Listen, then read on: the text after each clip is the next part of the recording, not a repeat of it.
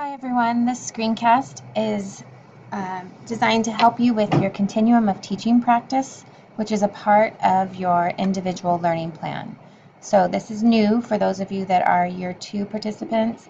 The continuum of teaching is now embedded in your ILP, and it is question number 3.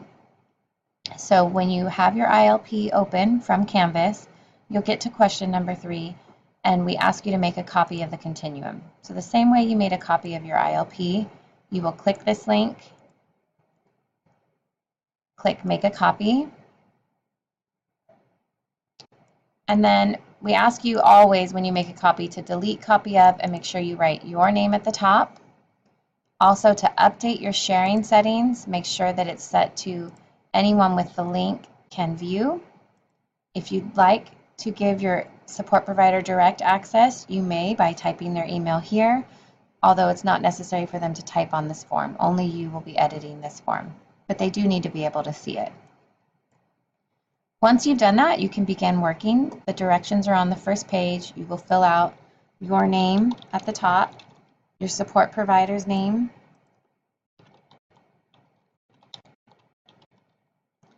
and then make sure you identify for inquiry cycle number 1 this time around, and then you will add the CSTPs for number 2, which elements you've identified.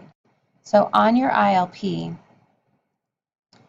you, in question number 2, will align elements from the CSTP to your dilemma or your problem of practice. What is your inquiry focus, and how does that align with the California standards for the teaching profession?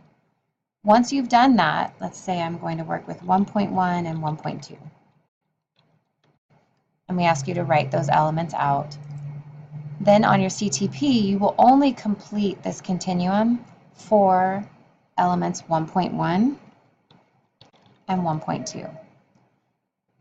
You will see that many of the standards for the teaching profession overlap.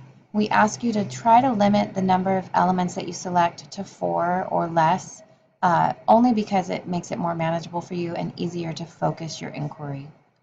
It can get very broad very quickly and things can get out of hand. So try to limit it to 4. We don't require a certain number of elements. We just recommend keeping it as smaller so that you can have a more focused inquiry. The directions are at the top. It says, working with your support provider, you will complete this. So we highly recommend doing this at one of your weekly meetings. You will look at your elements. So one of mine was CSTP 1.1. So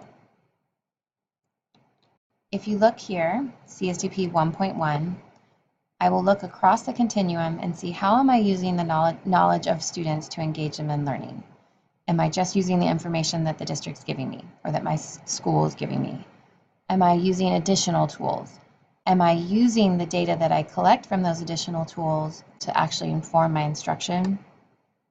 And then integrating is I use multiple sources. I make adjustments to my instruction to meet the needs of my students. So to begin, I would say if I selected this as an area of focus, I can look at this and say, all right, I'm gathering data, but I'm not quite using that data to inform my instruction. So you'll first start by writing the date.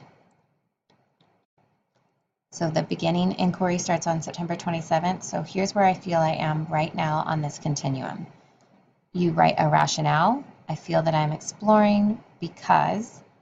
What do you do that makes you fit into this category? Or what prevents you from moving into the next category? Just a quick, brief explanation. And then we want you to include an example, evidence, a picture. It can be a tool that you use. It could be a picture of the lesson plan that you're using. Whatever it is that fits your element, put a piece of evidence here. So for this one, I've used an interest inventory.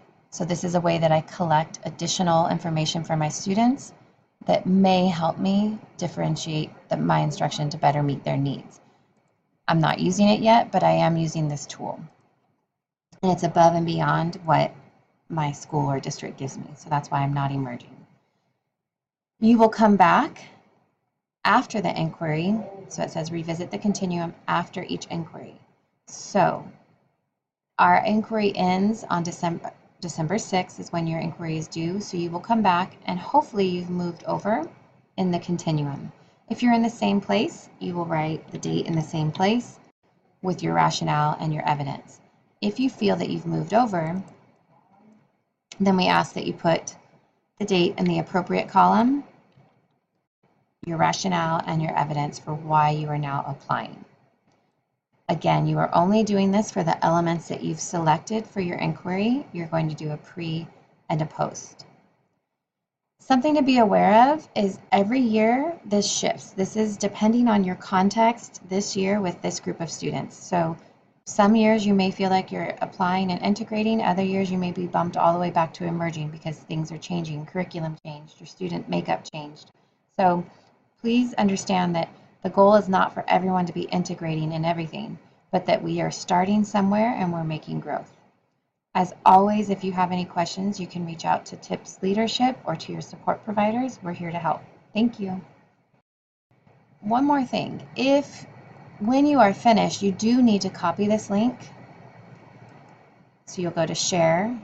You've already updated your sharing settings. Copy the link, and you need to paste it back into your ILP question number 3.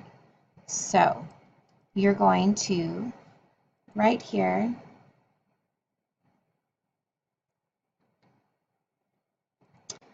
type your initial CTP or your pre-assessment for CTP.